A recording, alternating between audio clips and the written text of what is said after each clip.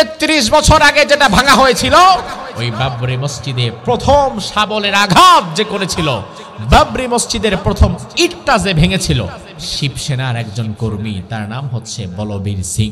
বলবীর সিং এর প্রথম আঘাতে বাবরি মসজিদের প্রথম ইটটা ভাঙে, হাজার হাজার মুশরিক এনে হিন্দুস্তানে না মিলে গোটা বাবরি মসজিদ ভেঙে দেয়।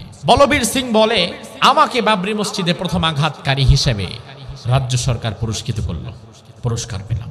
পুরস্কারের মালা গলায় দিয়ে সন্ধ্যায় যখন ঘরে ঢুকতেছি, দেখি আমার বাবার চোখে পানি। বাবার চোখে পানি কেন আসতো? আমি একটা অর্জন করে ফেলেছি। বাবা বলল, বাবারে কি করছিস তুই? এটা আমরা যদিও অমুসলিম মুশরিক, কিন্তু মসজিদের গায়ে আঘাত করা তো কোনোদিনই কাম্য নয়। তার কারণ একজন হিন্দু, সে যদি ধার্মিক হয়, সে কোনোদিন অন্য ধর্মের উপাসনালয় ভাঙতে পারে না। আমরা যেমন ভারতে বাবরি মসজিদ ভাঙা হয়েছে, আরো কত মুসলমানদেরকে হত্যা করা হয়েছে, কত মসজিদ মাদ্রাসা ধূলিসাৎ করে দেওয়া হয়েছে। আল্লাহ না করুক ভারত সরকার যদি কোনোদিন সব মসজিদগুলো ভেঙে ফেলে, ওর প্রতিবাদে বাংলাদেশে একটা মন্দিরেও আমরা আঘাত করব না। কারণ এটা ইসলাম আমাদের শেখায় নাই, এটা ইসলাম বলে না। ইসলাম বলে সংখ্যালঘুরা মুসলমানদের কাছে থাকবে আমানত। ডিমের মাঝে কুসুম যেমন নিরাপদ, সংখ্যালঘুরা আপনার আমার কাছে তেমন নিরাপদ থাকবে। বলবীর সিং বলে, আমার বাবার চোখে আমি পানি দেখলাম, আমার বাবা আমার সাথে ঠিক মতো কথাও বলে না। 2-4 দিন পরে আমার সাথে আমার যে বন্ধুটা বাবরি মসজিদ ভাঙতে আমাকে সহযোগিতা করেছিল, যোগিন্দর, তার বাড়িতে গেলাম। তার বাড়িতে গিয়ে দেখি সে পাগল হয়ে উলঙ্গ হয়ে জামা কাপড় খুলে রাস্তার মধ্যে গড়াগড়ি করতেছে। এই দৃশ্য দেখে আমি তার বাড়ির লোককে জিজ্ঞেস করলাম, কি ব্যাপার, যোগিন্দরের এই অবস্থা কিভাবে হলো? ওনা আমার সাথে বাবরি মসজিদ ভাঙলো। বলে, বাবরি মসজিদ ভাঙার পরে ওই সন্ধ্যায় যে বাড়ি ফিরেছে, ওই সন্ধ্যা থেকে সে পাগল হয়ে গেছে, সে কাউকে চেনে না। বলবীর সিং বলল, আমার বাবা মারা গেল কয়েক মাসের মধ্যে, আমি কোনোভাবেই মানসিক শান্তি পাচ্ছিলাম না। অস্থিরতা আমার সারা শরীর যেন ঘিরে ধরেছে, অস্থিরতায় কাটছিল আমার সময়, আমি শান্তি খুঁজে পাচ্ছিলাম না। এক রাতে সারা রাত আমি বাহিরে কাটিয়ে দিলাম, শান্তি কোথাও নাই, ঘুম আসে না। বাবা মারা গেছে, একমাত্র বন্ধুটা পাগল হয়ে রাস্তায় রাস্তায় ঘুরে, আমি কই যাব? এক মসজিদের পাশ দিয়ে যাচ্ছিলাম, ফজরের নামাজের সময় আমি শুনতে পেলাম কোরআনের তেলাওয়াত ভেসে ভেসে আসছে। ওই দিন ফজরের নামাজের কোরআন তেলাওয়াত আমি যখন শুনলাম, প্রতিটি কথা যেন আমার কলিজার ভেতরে বিঁধে যাচ্ছিল। আমি দাঁড়িয়ে থাকলাম কখন নামাজটা শেষ হবে। নামাজ শেষ হওয়ার পরে মুসল্লিরা সবাই যখন বের হয়ে গেল, আমি মসজিদের ভেতরে ঢুকলাম। ইমাম সাহেব হুজুরকে বললাম, হুজুর আপনি আমাকে চিনতে পেরেছেন? বলে, হ্যাঁ। তুমি সেই বলবীর সিং না যে বাবরি মসজিদে প্রথম আঘাত করেছো? তুমি তো বিখ্যাত ব্যক্তি। বলে, জি হুজুর, আমি সেই বলবীর সিং, বাবরি মসজিদ প্রথম আমি ভেঙেছিলাম। তবে হুজুর, আজকে আমি কোনো খারাপ উদ্দেশ্যে আসি নাই। আমার বাবা মারা গেছে, আমার একমাত্র বন্ধু পাগল হয়ে গেছে। বাবরি মসজিদ ভাঙার পর থেকে আমি আর শান্তি পাচ্ছি না। আমি শান্তি চাই। কোরআনের এমন তেলাওয়াত আমি শুনেছি, আমি আর স্থির থাকতে পারলাম না, আপনার কাছে এসেছি। আমি শান্তি চাই, শান্তি নিয়ে বাঁচতে চাই। ইমাম সাহেব হুজুর বললেন, ও ভাই বলবীর সিং, শান্তি যদি পেতে চাও তাইলে কোরআনের কাছে আসার দরকার আছে না নাই? যে কোরআনের তেলাওয়াত শুনে তুমি মুগ্ধ হয়ে গিয়েছো, এই কোরআনের কাছে আসো, ইসলামের ছায়াতলে আসো। বলবীর সিং বলল, আমি সাথে সাথে রাজি হয়ে গেলাম, কারণ আমি আগের থেকে মনে মনে রাজি, শুধু কেউ একজন ধাক্কা দিয়ে বলা দরকার। ইমাম সাহেব যখনই বললেন আমি রাজি হয়ে গেলাম। আমি পড়ে নিলাম, লা ইলাহা ইল্লাল্লাহু মুহাম্মাদুর রাসূলুল্লাহ সাল্লাল্লাহু আলাইহি ওয়াসাল্লাম। আমার ভাই বলবীর সিং ঈমান গ্রহণ করলেন। বাবরি মসজিদ ভাঙলেন 1992 সালে, আর ঈমান আনলেন 93 সালে, পরের বছর। 92 সালে বাবরি মসজিদ ভাঙলেন বলবীর সিং, 93 সালে ঈমান আনলেন। এবার হুজুরকে বললেন, হুজুর আমার তো নাম পাল্টানো দরকার, কারণ মুসলমানের নাম কি বলবীর সিং হতে পারে? না, আমার তো নাম পাল্টানো দরকার। কি নাম রাখবো? ইমাম সাহেব হুজুর বললেন, আজকে থেকে তোমার নাম হবে মুহাম্মদ আমের। সুবহানাল্লাহ কইবেন না? আমের মানে নির্মাণকারী। আমের মানে কি? আর করছে কি? ভাঙছে। এখন ভাঙ্গিন্না ব্যক্তির নাম দিছে নির্মাণকারী। নামের একটা প্রভাব আছে না নাই? বলবীর সিং মসজিদ ভাঙছে আর হুজুর তার নাম রাখছে মোহাম্মদ আমের। আমের মানে নির্মাণকারী। আমের মানে নির্মাণকারী। ইন্নামা ইয়ামুরু মাসাজিদাল্লাহ। আল্লাহ কোরআনের মধ্যে বলছেন, ইন্নামা ইয়ামুরু মাসাজিদাল্লাহ, যারা মসজিদ নির্মাণ করবে। ওই মোহাম্মদ আমের ঈমান গ্রহণ করলো। ঈমান গ্রহণ করার পরে বলবীর সিং থেকে মোহাম্মদ আমের হলেন। মোহাম্মদ আমের হয়ে যাওয়ার পর মৃত্যু পর্যন্ত ওই ব্যক্তি তার নিজ হাতে 200টা মসজিদ নির্মাণ করেছিলেন। মোহাম্মদ আমের, আহারে কি মানুষ! জীবনের শেষ পর্যায়ে এসে আল্লাহ হিদায়াত দিয়ে দিয়েছে। আমার ভাই, মুসলমান হয়ে জন্মগ্রহণ করার মাঝে সার্থকতা নাই যদি না মুসলমান হয়ে মৃত্যুবরণ করা না যায়। অরিজিনাল বাড়ি, দুনিয়ার মানুষের অরিজিনাল বাড়ি হচ্ছে জান্নাত। কারণ দুনিয়াতে আপনি হিন্দু হন, বৌদ্ধ হন, খ্রিস্টান হোক আর মুসলমান হন, যে ধর্মের মানুষ হন না কেন, আপনার সৃষ্টির গোড়ায় যেতে যেতে দেখা যাবে আমার বাবাও আদম, আপনার বাবাও আদম। আমার মা হাওয়া, আপনার মাও হাওয়া। অরিজিনটা ওখানে মিলে গেছে, শেকড়টা ওখানে।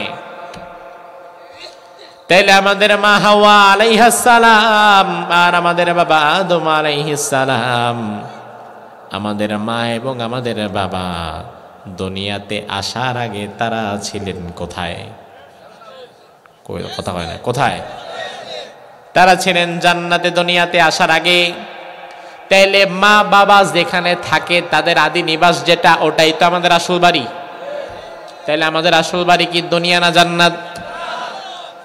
মধ্যখানে অল্প কয়েকদিনের জন্য আল্লাহ দুনিয়ায় পাঠিয়েছেন, তার মানে দুনিয়া আমাদের থাকার জায়গা না, থাকা যাবেও না। যত সুন্দর দুনিয়াই হোক না কেন, দুনিয়াটা সর্বোচ্চ আপনার জন্য একটা ক্ষণিকের স্টপেজের মতো।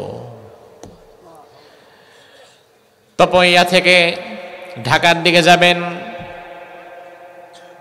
সিএনজিতে উঠলেন বা একটা লোকাল গাড়িতে উঠে পদুয়ার বাজার বিশ্ব রোডে গেলেন। সেখান থেকে আপনি ডাইরেক্ট বড় যেই বাসগুলো চলে, হানিফ পরিবহন, ওই হানিফ পরিবহনের একটা বাস আপনি পদুয়ার বাজার বিশ্ব রোড থেকে ধরবেন। পদুয়ার বাজার বিশ্ব রোডে গিয়ে দেখলেন একটা যাত্রী ছাউনি বানানো, সেখানে অপেক্ষা করা লাগবে 5-10 মিনিট। বাসটা যখন আসবে আপনি তখন চলে যাবেন। এই বাসটা আসার যে অপেক্ষা, মধ্যখানে 5 মিনিট যে জায়গাটায় বসলেন, ওই জায়গাটা আপনার গন্তব্য না, ওই জায়গাটা হচ্ছে ক্ষণিকের জায়গা। 5 মিনিটের জন্য বসেছেন, গন্তব্য কিন্তু ঢাকা। এবার বসার পরে দেখলেন, এই কি ব্যাপার? এবার বসার পরে দেখলেন জায়গাটা খুব সুন্দর, ছাউনি দিয়ে ঘেরা, আরামদায়ক। কিন্তু এই জায়গার মায়ায় পড়া যাবে না, ওই জায়গার মায়ায় পড়ে বাস মিস করতে পারবেন না। ওই জায়গার মায়ায় পড়ে বাস মিস করে সে যেমন বেউকুফ বলদ, দুনিয়ার মায়ায় পড়ে জান্নাত মিস করে সেও তেমন বলদ। এই দুনিয়া থাকার জায়গা নয়। এতে যত সুন্দরী দুনিয়া দেখেন না কেন, এসেছিলেন জান্নাত থেকে, আবার জান্নাতের দিকে চলে যাওয়া লাগবে। আমার ভাই, আপনাদের কুমিল্লার সন্তান পৃথিবীর বিভিন্ন দেশে প্রবাসী হিসাবে কাজ করে, এমন আছে না নাই? তপইয়াতে প্রবাসী সন্তান আছে তো। আমি গত 2 মাস আগে গেলাম মালয়েশিয়াতে, সিঙ্গাপুরে। ওই মালয়েশিয়া, সিঙ্গাপুরে, কুমিল্লা, নোয়াখালী আর চট্টগ্রামের এত মানুষ পেলাম, বাংলাদেশের অন্য কোনো এত জেলার মানুষ সেখানে পাই নাই। প্রচুর প্রবাসী, বাড়ি কই নোয়াখালী অথবা কুমিল্লা, অর্থাৎ বুঝলাম এই অঞ্চলে মানুষ মালয়েশিয়া সিঙ্গাপুরে অনেক বেশি থাকে। আপনাদের তপইয়ার একজন ছেলে এসএসসি পাস করার পরে আর কাজকর্ম করবে না, চলে যাবে মালয়েশিয়াতে, ভিসা হয়ে গেছে, কালকে ফ্লাইট, বিমানে কোনোদিন চড়ে নাই। এয়ারপোর্ট থেকে বিমানে চড়ার পরে এই যে 5 ঘন্টা সময় লাগবে, 4 ঘন্টা সময় লাগবে মালয়েশিয়াতে যেতে, এই 4-5 ঘন্টার মধ্যে সে বিমানের মধ্যে থাকলো। আমার ভাই বিমানে চড়েন আর না চড়েন এতটুকু তো বুঝেন যে বিমানটা অন্তত কিছুটা আরামদায়ক, কারণ এমন কোনো বিমান নাই যে বিমানে এসি নাই, নাহলে মরেই যাবে মানুষ। এবার বিমানের উপরে বিমানে বসে দেখলেন সুন্দর এসি আছে, সুন্দর সিট, একটু পরে সুন্দর সুন্দরী বিমানবালারা আসে খাবার দাবার নিয়ে। আপনি যত অশিক্ষিতই হন আর যত ফকিরি হন না কেন, ওই বিমানবালা আপনার চেয়ে বেশি উচ্চশিক্ষিত, আপনার চেয়ে দেখতে সুন্দর, কিন্তু আপনারে বলা লাগবে স্যার, স্যার বসেন, স্যার কোনো অসুবিধা, স্যার কিছু লাগবে। আপনি দেখলেন ওরে বাবা আমারে দেখি কয় স্যার, গ্রামে তো জীবনে কেউ আমার নামটা ঠিক করে কইল না, নাম রাখছে আব্দুল কুদ্দুস, সবাই ডাকে কুদ্দুচ্চা, এখন বিমানে আইসা দেখি আমারে কয় স্যার। একটু পরে দেখলেন খাবার নিয়ে আসছে, আবার খাবার দাবার খাওয়ার পরে যদি আপনার 1 নাম্বার 2 নাম্বার পেশাব পায়খানার হাজত লাগে, তাইলে বাথরুমের ব্যবস্থা বিমানে আছে না নাই? তাইলে নাই ডাকি, আপনার সম্মান আছে, আপনারা স্যার স্যার বলে ডাকে। ক্ষুধা লাগলে খাবার দেয়, চা কফি অফার করে, যা চাইবেন তাই দিবে, ওয়াশরুম আছে, থাকার জায়গা সুন্দর, ঘুমানো যায়, এসিও আছে। এত সুন্দর বিমান পাওয়ার পরে চিন্তা করলেন এই বিমান ছেড়ে আমি আর নামবো না, কি দরকার মালয়েশিয়ার পাম বাগানে গিয়া কাম করার, এত আরামায়েশের জীবন ছেড়ে আমি আর যাব না। এবার কুয়ালালামপুর ইন্টারন্যাশনাল এয়ারপোর্টে যখন বিমানটা ল্যান্ড করেছে, বিমান ল্যান্ড করার পরে সব যাত্রীরা নেমে গিয়েছে, আপনি নামেন নাই, কারণ আপনি এত মজা পাইছেন, এত সুন্দর স্যার স্যার ডাক শুনছেন, এটা শুই না আপনি চিন্তা করছেন আমি আর বিমান থেকে নামবো না, বাকি জীবন এই আরামায়েশের মধ্যে কাটাবো। এবার সবাই নেমে যাওয়ার পরে আপনি নামেন না, কিছু সময় পরে বিমানবালা এসে বলবে স্যার সবাই তো চলে গেছে, আপনি যাবেন না? আপনি বলবেন না আমি যাবো না, কারণ এত সুন্দর আরামায়েশ ছাইরা কোন পাগলে কামড়াইছে, আমি মালয়েশিয়াতে কাজ করুন, দরকার নাই। আমার ভাই আপনি যদি নামতে না চান, বিমান তার গন্তব্যে পৌঁছে যাওয়ার পরে যদি আপনি নামতে না চান, তাইলে একটু আগে স্যার স্যার বলে সম্মান করছিল যারা, একটু পরে ঘাড় ধাক্কা দিয়া নামাই দিবে তারা, ঠিক না? বসায় বসায় খাওয়ানোর জায়গা বিমান না। তার মানে কি, এটা ছিল ক্ষণিকের একটা অপেক্ষার যাত্রা, গন্তব্য যেখানে যাওয়া লাগবে সেখানে। আমাদের গন্তব্য জান্নাত, কারণ আমাদের বাবা মার বাড়িটা ছিল জান্নাতে, মধ্যখানে দুনিয়াটা একটা স্টপেজ, অল্প কিছু সময়ের জন্য আল্লাহ পাঠিয়েছেন, আবার জান্নাতের গাড়ি ধরে জান্নাতের দিকে চলে যাওয়া লাগবে, থাকা যাবে না, কেউ থাকতে পারে নাই। এখন কিভাবে জান্নাতে যাবেন, জান্নাতের গাড়ি কেমনে চিনবেন, কোন পথে হাঁটলে জান্নাতে যাবেন, এই জান্নাতের রাস্তাটা চিনায় দেওয়ার মতো ক্ষমতা কার? আমার ভাই দুনিয়ার কোন মানুষ কিন্তু আপনাকে জান্নাতের রাস্তা চেনাতেও পারবে না, তার কারণ আমি কেমনে আপনার জান্নাতের রাস্তা চিনাবো, আমি কোন জায়গায় কে?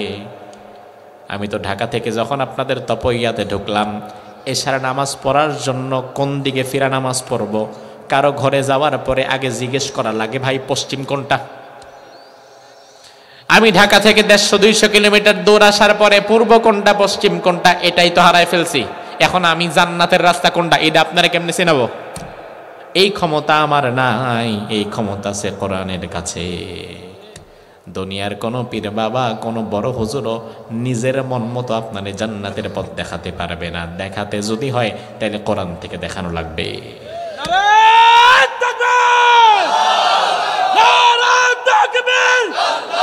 আমার ভাই লক্ষ্য করেন, বলেন লা ইলাহা ইল্লাল্লাহ, আর কিচ্ছু বলা লাগবে না।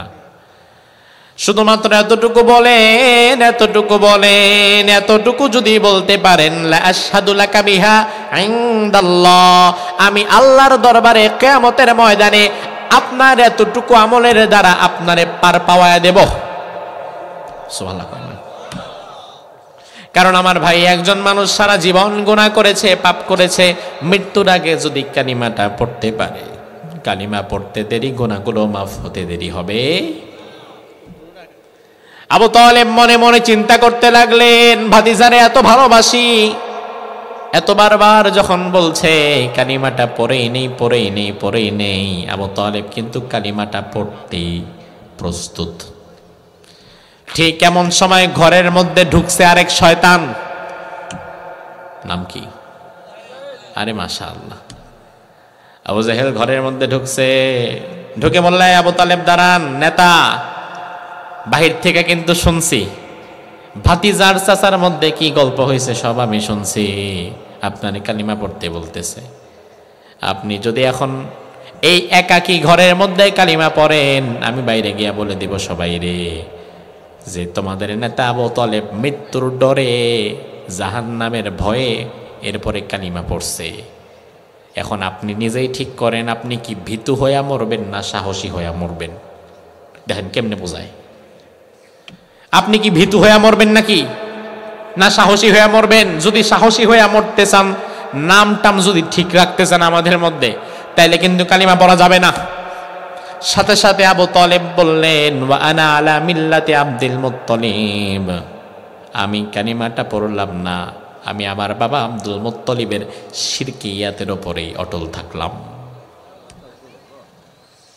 আমার ভাই, এখান থেকে একটা গুরুত্বপূর্ণ বিষয় শিক্ষা নেন। জীবনে খারাপ মানুষদের সঙ্গ পরিত্যাগ করে চলবেন, খারাপ মানুষদের সঙ্গ পরিত্যাগ করে চলবেন, ভালো মানুষদেরকে নিজের সঙ্গী বানাবেন। এজন্য আল্লাহ কোরআনের মধ্যে বললেন, ইয়া আইয়ুহাল্লাযীনা আমানুত্তাকুল্লাহা ওয়া কুনু মাস সাদিকিন, ওয়া কুনু মাস সাদিকিন, ও দুনিয়ার মানুষ তোমরা সত্যবাদীদের সাথে থাকো, তোমরা ভালো মানুষের সঙ্গী হও, খারাপ মানুষের সঙ্গী হয়ো না। আবু তালেব কিন্তু তখন কালিমা পড়ার জন্য প্রস্তুত ছিলেন, কিন্তু আবু জেহেলের সঙ্গ থাকার কারণে কালিমাটা নসিব হয় নাই। ভালো মানুষের সঙ্গ এটা অনেক গুরুত্বপূর্ণ একটা বিষয়। আপনি নিজে ভালো না, হয়তো ফজর পড়লে জোহর নাই, জোহর পড়লে আসর নাই, আবার ওয়াক্তিয়া পড়েন নাই, কিন্তু সাপ্তাহিক মুসল্লি জমা নামাজে হাজিরা দিছেন, কিন্তু আপনার ডানে বামে সামনে পেছনে এমন 8-10 জন মানুষ আছে, এমন আপনার 8-10 জন বন্ধু আছে যারা 5 ওয়াক্ত নামাজি, আর আপনি নামাজ কম পড়েন, তাইলে দেখা যাবে ওই নামাজি বন্ধুদের সাথে মিশতে মিশতে আপনিও একদিন পরিপূর্ণ নামাজি হয়ে যাবেন। আবার এমন যদি হয় আপনি নামাজ পড়েন ঠিক মতো, তবে আপনার ডানে বামে সামনে পেছনে যারা আছে সব হচ্ছে মদখোর, গাঞ্জাখোর, বিড়িখোর, তাইলে ওই খারাপ মানুষদের সাথে থাকতে থাকতে আপনার মতো ভালো মানুষটাও কিন্তু একদিন গাঞ্জাখোর হয়ে যাবে, ঠিক কিনা? ভালো মানুষের সাথে থাকলে ভালো হওয়া যায়, খারাপ মানুষের সাথে থাকলে খারাপ হওয়া লাগে। ভালো মানুষের সাথে থাকেন, আপনি নিজে যদিও খুব ভালো হতে পারেন নাই, কিন্তু আপনার সম্পর্ক ইমাম সাহেবের সাথে, আপনার সম্পর্ক আলেমদের সাথে, আপনার সম্পর্ক এলাকার ভালো মানুষদের সাথে, তাইলে বিষয়টা যেমন হবে, আপনি হয়ে যাবেন স্বর্ণকারের ওই বালুর মতো। লাকসাম বাজারে গেলেন, আগামী সপ্তাহে বিয়ে, 1 ভরি স্বর্ণ কিনবেন। বর্তমানে স্বর্ণের দাম কি কম না বেশি? ভরি কত? হ্যাঁ, 2 লাখের বেশি। কিনছেন নি আপনি? উনিও শুনছে, আমিও শুনছি, কারণ স্বর্ণের যে দাম এখন আর কেনার মতো। স্বর্ণের দাম যত বাড়ে বেডিরা খালি গুতায়। আগেই কইছিলাম না? ঠিক নেই? আগেই কইছিলাম না? আমাদের হয়েছে যত জ্বালা, আমরাও সান্ত্বনা দেই, অপেক্ষা করো দাম আবার কমবো, কিন্তু আমরা জানি দাম আর কমতো না, যেমনি বুঝ দিয়া যায় আর কি। লাকসাম বাজারে যাবেন, 2 লাখ টাকা ভরি, 1 ভরি স্বর্ণ কিনবেন বিয়ে করার জন্যে। স্বর্ণ পছন্দ করলেন, এবার 1 ভরি আছে কিনা এটা মাপারও দরকার আছে না নাই? স্বর্ণ যেটাতে করে মাপে ওইটার নাম কি? নিক্তি। কি পাল্লা বইলেন না, তাহলে আবার কেউ হুজুর দাড়ি পাল্লার পক্ষে কথা কইতেছে। আবার যেন তেন পাল্লা দিয়া তো স্বর্ণ মাপে না। আলু পটল মুরগি মাছ মাপার পাল্লা এক, স্বর্ণ মাপার পাল্লা আরেক। স্বর্ণ মাপার পাল্লাকে বলা হয় নিক্তি। নিক্তিতে তো ওজন দেয়। 1 ভরি স্বর্ণ 22 ক্যারেট 24 ক্যারেটের স্বর্ণ নিক্তির উপরে ওজন দেওয়া হয়। আমার ভাই, ওই নিক্তির উপরে 1 ভরি স্বর্ণ ওঠানোর আগে এই স্বর্ণটাকে তো ধোয়া হয় না, ডিসপ্লে থেকে বের করে ওজন দেওয়া হয়। এখন ওই স্বর্ণের গায়ে ক্ষুদ্রাতি ক্ষুদ্র কিছু ধুলাবালি আছে না নাই? ধুলাবালি কিন্তু আপনি খালি চোখে দেখতে পারবেন না, তবে মাইক্রোস্কোপ দিয়ে যদি তাকান তাইলে স্বর্ণের গায়েও কিন্তু কিছু ধুলাবালি লেগে আছে। জলীয় বাষ্প আছে, ধুলাবালি লেগে আছে। যেই ধুলাবালি আর জলীয় বাষ্প মাগনা দিলেও নিতেন না, কিন্তু স্বর্ণের গায়ে লেগে থাকার কারণে ওই স্বর্ণের ভরি 2 লাখ, ধুলাবালির ভরিও কিন্তু 2 লাখ। ঠিক কি না? ধুলাবালিটাও তখন ওই স্বর্ণের গায়ে লেগে থাকার কারণে 2 লাখ টাকা দামে বিক্রি হয়ে গেছে। আর আলাদা যদি হইতো তাহলে ধুলাবালির কোনো দাম নাই। আপনি খুব ভালো হতে পারেন নাই, কিন্তু সমাজে যারা ভালো কথা বলে, ভালো পথে চলে, এমন ভালো মানুষের সাথে যদি আপনি থাকতে পারেন, তাইলে আপনার মর্যাদা ওই স্বর্ণের মতো হয়ে যাবে। স্বর্ণটার সাথে সাথে ধুলাবালি যেমন দামে বিক্রি হয়ে যায়, ওই ভালো আল্লাহওয়ালা মানুষদের সাথে থাকলে আপনাকেও আল্লাহ তেমন কবুল করে নিবেন।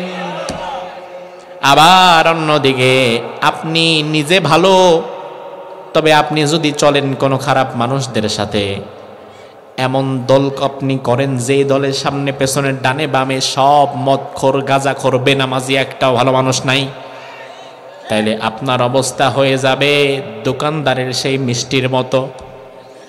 লাকসাম বাজারে বড় মিষ্টির দোকান, এমনও মিষ্টি বর্তমানে আছে যে মিষ্টির দাম 1200 টাকা 1500 টাকা কেজি। আছে না নাই? 1 কেজিতে হয়তো 10টা মিষ্টি ওঠে, এতটুকু ছানার মিষ্টি। 1200 টাকা, 1000 টাকা, 1000 টাকা কেজিতে 10টা মিষ্টি পেলেন। এবার আপনি চিন্তা করলেন মিষ্টিটা একটা খায়া দেখা যায় কেমন লাগে। মিষ্টিটা হাতে নিলেন খাবারের জন্য, এমন সময় পাশ থেকে আরেকজন যাচ্ছিল, তার হাতের সাথে ধাক্কা লেগে এই মিষ্টিটা পড়ে গেছে নিচে গোবরের মধ্যে। দোকানদারের দোকানে থাকার সময় মিষ্টির দাম ছিল 1000 টাকা কেজি। এবার গোবরে পড়ে যাওয়ার পরে মিষ্টির দাম আছে কয় টাকা কেজি? মাগনা দিলেও খাবেন না। এখন আপনি ভালো মানুষ, কিন্তু আপনি ভালো মানুষের সাথে থাকেন না, ভালো মানুষের দল করেন না, ভালো মানুষদের মজলিসে আপনি বসেন না, ভালো মানুষের মাহফিলে আপনাকে খুঁজে পাওয়া যায় না। আপনি ব্যক্তিগতভাবে ভালো মানুষ, কিন্তু সারাক্ষণ থাকেন খারাপ মানুষদের সাথে, মদখোর, জুয়াখোর, জেনাকার, গাঞ্জাখোর, চাঁদাবাজদের সাথে। সারাক্ষণ আপনি থাকেন জালিমদের সাথে। আপনি হয়ে যাবেন সেই মিষ্টির মতো। মসজিদে থাকলে আপনার দাম অনেক আছে, কিন্তু যখন খারাপ মানুষদের সাথে মিশে যাবেন তখন আপনি হয়ে যাবেন ওই গোবরে পড়া মিষ্টির ন্যায়। আমাদের সমাজে এমন গোবরে পড়া মিষ্টির মতো অনেক লোক আছে। আমার ভাই লক্ষ্য করেন, আবু তালেব কিন্তু কালিমা পড়ে ফেলবেন, মানসিকভাবে প্রস্তুত, কিন্তু শুধু পড়তে পারলেন না অসৎ সঙ্গের কারণে। আবু জেহেল যদি না আসতো তাইলে কিন্তু তিনি ঠিকই কালিমা পড়ে ফেলতেন।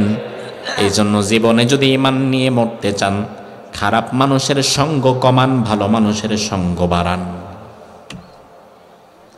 আমার ভাই আবু তালেব যখন মারা গেলেন, আল্লাহর হাবিব খুব কাঁদছিলেন। আমার আল্লাহ কোরআনের আয়াত নাযিল করে জানিয়ে দিলেন, নবী ইন্নাকা লা তাহদি মান আহবাবতা ওয়ালাকিন্নাল্লাহা ইয়াহদি মান ইয়াশা। ও নবী, আপনি যাকে চাইবেন তাকে হেদায়েত দিতে পারবেন না, হেদায়েত দেওয়ার মালিক কে? এখানে কিন্তু আল্লাহ স্পষ্ট করে বললেন, আপনি যাকে চাইবেন তাকে হেদায়েত দিতে পারবেন না, হেদায়েতের মালিক আমি আল্লাহ। আবার আল্লাহ কোরআনের আরেক আয়াতের মধ্যে বললেন, ওয়া ইন্নাকা লাতাহদি ইলা সিরাতিম মুস্তাকিম। ও নবী, অবশ্যই অবশ্যই নিশ্চয়ই আপনি হেদায়েতের পথ দেখাতে পারবেন। এক আয়াতে আল্লাহ বললেন আপনি হেদায়েতের পথ হেদায়েত দিতে পারবেন না, আরেক আয়াতে বললেন আপনি হেদায়েত দিতে পারবেন। আয়াত কিন্তু দুইটা দুই রকম। এখন কেউ যদি উস্তাদ ছাড়া, মুফাসসির ছাড়া, বড় আলেম ছাড়া নিজে নিজে শুধু কোরআনের বাংলা অর্থ পড়তে যায়, ওই লোকের বিভ্রান্ত হওয়ার সম্ভাবনা আছে না নাই? কারণ কোরআনের সব অর্থ বোঝার মতো ক্ষমতা কিন্তু তার নাই। কেউ যদি মেডিকেলের কিছু বই কিনে, ডাক্তার হওয়ার জন্য যে এই বইগুলা পড়া লাগে, এই বইগুলা কিনে কেউ যদি 2, 4, 5 বছর ঘরের মধ্যে বইসা একা একা একা একা পড়তে থাকে, পড়তে পড়তে মোটামুটি সব জানে, বুঝে, মুখস্থ করছে, এরপরের দিন লাকসাম হাসপাতালে গিয়া যদি বলে সব আমার জানা আছে, ডাক্তাররা যে বই পড়ে সব আমি পড়ছি, এবার ছুরিটা আমার কাছে দেন, পেটটা আজকে আমিই কাটুম, জীবনে দিবেন? অথচ উনি তো ডাক্তারের সব বই নিজে নিজে পড়ছে। কিন্তু আপনি জীবনেও দিবেন না যে বাবা তুমি আগে নিজের পেট কেটে নিজে ভালো হও, আমার এখানে আসা দরকার নাই।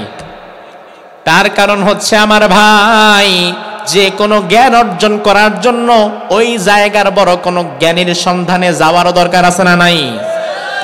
এই যে কোরআনের এক আয়াতে আল্লাহ বললেন নবী আপনি হেদায়েত দিতে পারবেন না, আরেক আয়াতে যে বললেন অবশ্যই পারবেন। আয়াত তো দুইটা দুই রকম, বুঝবেন কেমনে? এই বোঝার জন্যই তো ওয়াজ তাফসীর। হিদায়াত মানে পথ দেখানো। হিদায়াত মানে কি? পথ দেখানো। আমাকে একজন বলল লাকসাম কোন দিকে, আমি বললাম ওই দিকে, এটাও হিদায়াত। তবে শরঈ পরিভাষায় যে কোনো পথ প্রদর্শন করাকে হিদায়াত বলে না, বরং চিরস্থায়ী সুখ ও শান্তির পথ, জান্নাতের পথ দেখানোটাকেই বলে হিদায়াত। এই হিদায়াত দুই প্রকার। জোরে কোন কয় প্রকার?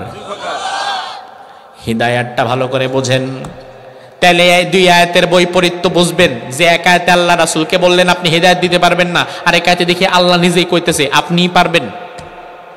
হিদায়াত দুই প্রকার। ইসাল ইলাল মাতলুব, ইরাআতুত তরিক। এক প্রকারের হিদায়াত হচ্ছে রাস্তা দেখানো, আর এক প্রকারের হিদায়াত হচ্ছে গন্তব্যে পৌঁছে দেওয়া।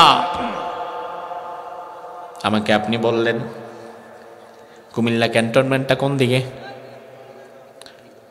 আমি বললাম এখান থেকে সোজা গিয়া ডানে, ডান থেকে বামে, এরপরে আবার সোজা, সোজা গিয়া পদুয়ার বাজার গিয়া বামে। এই যে ডানে বামে ডানে বামে এত কিছু বুঝাইলাম, এই সব কিছু শোনার পরে আপনি কুমিল্লা ক্যান্টনমেন্ট খুঁজে বের করতেও পারেন, আবার নাও পারেন। আপনার যদি ঘাটে বুদ্ধি ভালো থাকে তাইলে হয়তো আপনি আমার লোকেশনটা ট্রেস করে বের করে ফেলতে পারবেন। আবার যদি মেমোরি লুজ থাকে তাইলে কিছু দূর যাওয়ার পরে ডানেরটা বামে আর বামেরটা ডাইনে কইরা রাস্তার তালগোল পাকায় ফেলতেও পারবেন। এটা হচ্ছে পথ দেখানো, ইরাআতুত তরিক। আর আরেক প্রকারের হিদায়াত হচ্ছে ইসাল ইলাল মাতলুব, গন্তব্যে পৌঁছে দেওয়া। আপনি আমারে বললেন ভাই কুমিল্লা ক্যান্টনমেন্ট কোন দিকে? আমি বললাম ক্যান্টনমেন্ট যাবেন, ওটা তো আমার বাসা। এক কাজ করেন, চলেন গাড়িতে ওঠেন, আমি তো সেদিকেই যাব। এবার আপনারে নিয়ে আমি গাড়িতে উঠলাম। গাড়িতে উঠে আমি সুন্দর করে হাইওয়ে রাস্তা ধরে পদুয়ার বাজার গেলাম। পদুয়ার বাজার থেকে বামে চলে গেলাম, ক্যান্টনমেন্টে আমি নামলাম, আপনারেও নামাই দিলাম। আমি যখন আপনার হাত ধরে আপনারে গন্তব্যে পৌঁছে দিলাম, ওখানের মধ্যে কিন্তু আর ভুল হওয়ার কোনো সম্ভাবনা নাই। কিন্তু আমি যখন আপনার রাস্তা দেখায় দিব, ওই রাস্তা সঠিকভাবে আপনি যেতেও পারেন, নাও পারেন, দুইটার সম্ভাবনা থাকে। তো আল্লাহ রাব্বুল আলামিন দুনিয়ার সব নবী রাসূলরা, আলেম ওলামারা হেদায়েত দিতে পারে, তবে কতটুকু? ওই রাস্তা দেখানো পর্যন্ত। এটা জান্নাতের পথ, এই পথে যাবা, এই পথে যায়ও না, আর এই পথ দিয়ে সোজা হাঁটো। এভাবে করে নবী রাসূল এবং আলেম ওলামারা আপনাদেরকে জান্নাতের পথ দেখায় দিতে পারবে। তবে জান্নাতের গন্তব্যে পৌঁছে দেওয়ার যেই চূড়ান্ত হেদায়েত, ওই হেদায়েত নবীদের হাতেও নাই, আমাদের হাতেও নাই। ওই হেদায়েত আছে একমাত্র কার হাতে? ওই হিদায়াত শুধু আল্লাহর, ওই হিদায়াত আর কারো কাছে নাই। এজন্য আল্লাহ বললেন যালিকাল কিতাবু লা রাইবা ফীহি হুদাল লিল মুত্তাকিন। দুনিয়াতে যারা মুত্তাকি হবে কোরআন তাদের জন্য হিদায়াতের কিতাব হবে। মুত্তাকি মানে এমন ব্যক্তি যে সব সময় ভয় করবে কাকে? ওমর ফারুক রাদিয়াল্লাহু আনহু বলেন মান ইয়াতাজ্জা বিমাকানিহি ফালয়ানজুর ইলা ফিরাউন মান ইয়াতাজ্জা বিমালিহি ফালয়ানজুর ইলা কারুন মান ইয়াতাজ্জা বিনাসাবিহি ফালয়ানজুর ইলা আবি লাহাব ইন্নামাল ইজ্জাতু লিত্তাকওয়া তিলকাল জান্নাতুল্লাতী নুরিথু মিন ইবাদিনা মান কানা তাকিয়া। ওমর ফারুক বলেন দুনিয়ার মানুষ কেউ যদি ক্ষমতায় যাওয়া অথবা ক্ষমতা আঁকড়ে ধরে বসে থাকেই সফলতা মনে করে, তাইলে সে যেন একবার ফেরাউনের দিকে তাকায়। আমার ভাই, দুনিয়ার অনেক মানুষ মনে করে ক্ষমতায় যেতে পারাটাই সফলতা। এই জন্য প্রয়োজনে ঈমান বিক্রি করে দিয়ে হলেও ক্ষমতায় যেতে চায়, এমনও মানুষ আছে না নাই? আবার অনেকে মনে করে ক্ষমতা কামড়ায়া ধরে রাখতে পারলেই সফলতা। এই জন্য প্রয়োজনে ক্ষমতায় টিকে থাকার জন্য হাজার হাজার ছাত্রদেরকে গুলি করে মেরে ফেলতে পারে, এমন স্বৈরাচারও আছে না নাই? তাহলে ক্ষমতায় যাওয়াটা সফলতা নয়, ক্ষমতায় টিকে থাকতে পারাটাও সফলতা নয়। তার কারণ দুনিয়াতে ক্ষমতাবানরাই যদি সফল হতো তাইলে ফেরাউনও কিন্তু সফল হতো, কারণ ফেরাউন তো নিজেও ছিল ক্ষমতাবান। আপনার হাতে যদি একটা সাদা কাগজ আর কলম ধরায় দিয়ে বলা হয় 10 জন, তোমার দৃষ্টিতে 10 জন সফল মানুষের নাম লিখবা, ওই জায়গায় 1 নম্বরে ফেরাউনের নাম লিখবেন। লিখবেন? কারণ অবশ্যই আপনার দৃষ্টিতে ফেরাউন সফল না। দুনিয়াতে অনেক মানুষ অধিক টাকা পয়সা কামানোকে সফলতা মনে করে। ওমর ফারুক বললেন না না, অধিক টাকা পয়সা কামানোটাই সফলতা নয়, বরং হালাল ভাবে কামানোটা সফলতা। ঠিক কিনা? অধিক টাকা পয়সা কামানোটাই যদি সফলতা হতো তাইলে দুনিয়াতে কারুনের টাকা পয়সা ছিল অনেক বেশি। আল্লাহ কোরআনের মধ্যে বললেন ওয়া আতাইনাহু মিনাল কুনুজি মা ইন্না মাফাতিহাহু লাতানু বিল উসবাতি উলিল কুওয়া। কারণের এত ধন সম্পদ ছিল, কারণের ধন সম্পদ হীরা মণি মুক্তা স্বর্ণ রাখার জন্য যে বক্স থাকতো, ওই বক্সে যেই তালা থাকতো, ওই তালার যেই চাবি, ওই চাবি বহন করার জন্য উট লাগতো 70টা।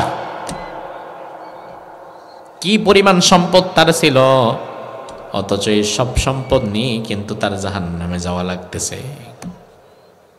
তাইলে টাকার মাঝে সফলতা নাই, ক্ষমতার মাঝেও সফলতা নাই।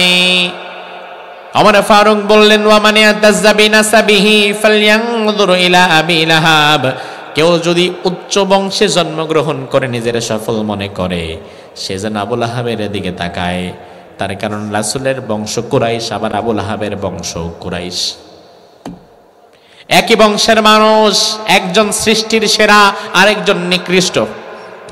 তাইলে বংশমর্যাদার মধ্যেও সফলতা নাই, টাকার মাঝে সফলতা নাই, ক্ষমতার মাঝে সফলতা নাই। ওমর ফারুক বললেন ইন্নামাল ইজ্জাতু লিত্তাকওয়া। সফলতা আছে তাকওয়ার মাঝে, ঈমানের মাঝে। আমার ভাই, রাসূলের মুয়াজ্জিন বেলাল, ওই বেলাল আপনার কাছে সফল নাকি ব্যর্থ? কথা কয় না কেন? সফল বললেন। বেলাল আপনারে কোনোদিন 2 কাপ চা খাওয়াইছে?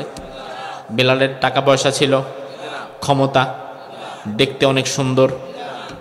টাকা নাই, ক্ষমতা নাই, বাহ্যিকভাবে তিনি সুন্দরও ছিলেন না, কিন্তু আপনি কেন সফল বললেন? তার কারণ টাকা পয়সা, ক্ষমতা, অর্থ সম্পদ, বিউটিনেস সফলতার মানদণ্ড না। সফলতার মানদণ্ড হচ্ছে হিদায়াত। বেলালের হিদায়াত ছিল, এই জন্য বেলাল সফল। হিদায়াত যার আছে সে সফল হয়ে গেছে। এজন্য আল্লাহ বললেন যালিকাল কিতাবু লা রাইবা ফীহি হুদাল লিল মুত্তাকিন।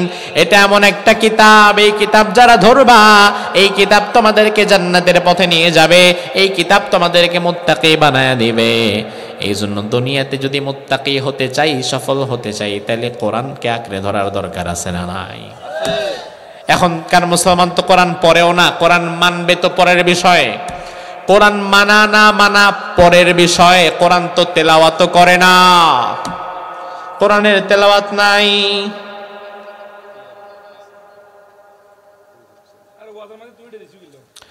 আমার ভাই, কোরআনের তেলাওয়াত নাই, সারা বছর তেলাওয়াত করে না, কোরআন শরীফটারে গিলাফের মধ্যে পেঁচায়া সাঙ্গি উঠায় রাখে, শুধু রমজানে একবার একটু বের কইরা দেখে ঠিক আছে কিনা।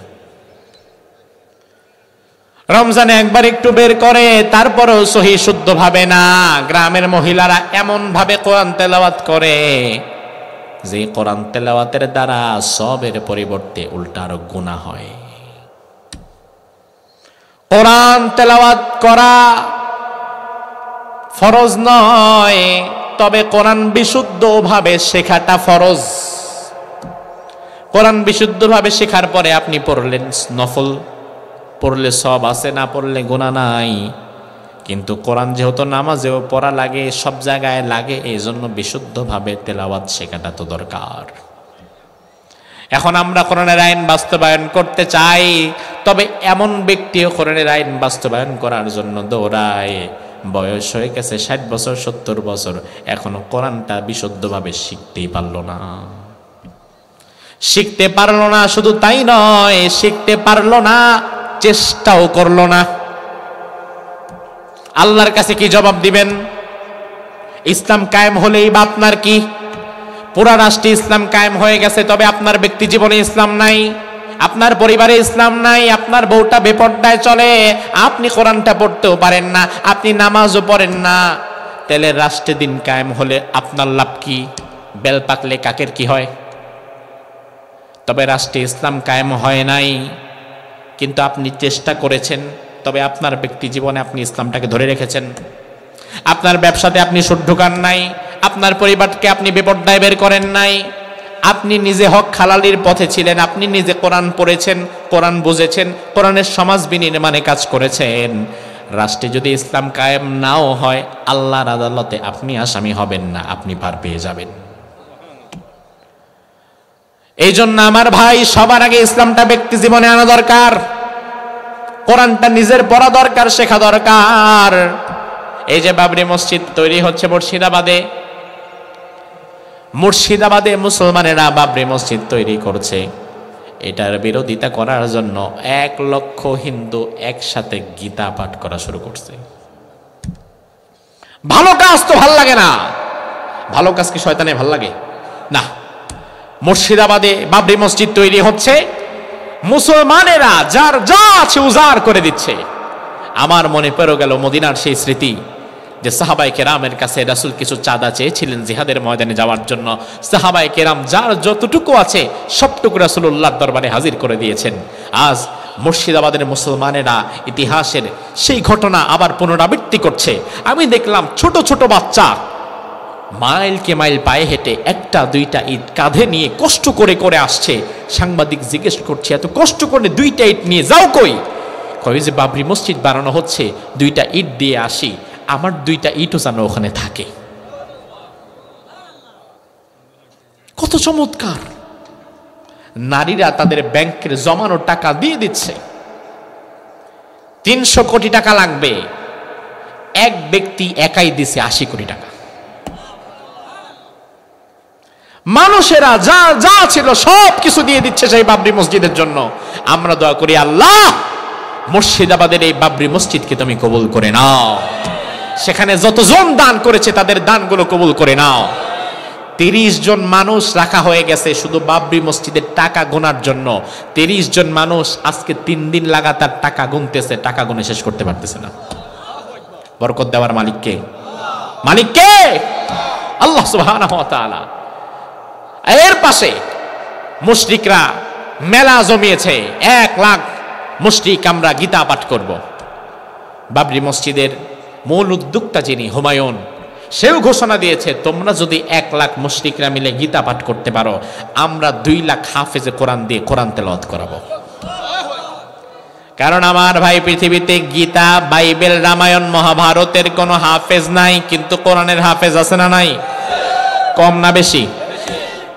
5-6 বছরের বাচ্চা ঠিক মতো কথাও বলতে পারে না, কিন্তু কোরআনের হাফেজ হয়ে গেছে, এমন আছে না নাই? আবার অনেক সময় দেখবেন তোতলামি করে, ঠিক মতো কথা বলতে পারে না, নিজের বাপের নামটা কইতো তোতলায়, আছে না নাই? কিন্তু যখন কোরআন পড়তে যায়, কোরআন পড়ার সময় আর তোতলায় না, কোরআন যখন পড়ে সাবলীল ভাবে পড়ে, সে যে তোতলা এটা বোঝারও আর কোনো উপায় থাকে না। তার কারণ আল্লাহ বললেন, ওয়ালাকাদ ইয়াসসারনাল কুরআন, আমি কোরআনকে সহজ করে দিয়েছি। কোরআন যে পড়বে তার জীবন আমি সহজ করে দেব, কোরআন যে মানবে তার সব আমি সহজ করে দেব। এই জন্য কোরআন যে আঁকড়ে ধরে, কোরআন তাকে জান্নাত পর্যন্ত নিয়ে যেতে পারে। সুবহানাল্লাহ। এজন্য আমার ভাইরা, আমরা যেন এই কোরআন পড়ে এই কোরআনের সমাজ বিনির্মাণে কাজ করতে পারি, এই কোরআন দিয়ে নিজের ব্যক্তি জীবন, পারিবারিক জীবন, রাষ্ট্রীয় জীবনকে সাজাতে পারি। আল্লাহ সুবহানাহু ওয়া তাআলা তৌফিক দান করুক। আমরা বলি আমিন। হাদা মা ইনদি ওয়াল ইলমু ইনদাল্লাহ, আলাইহি তাওয়াক্কালতু ওয়া ইলাইহি উনীব।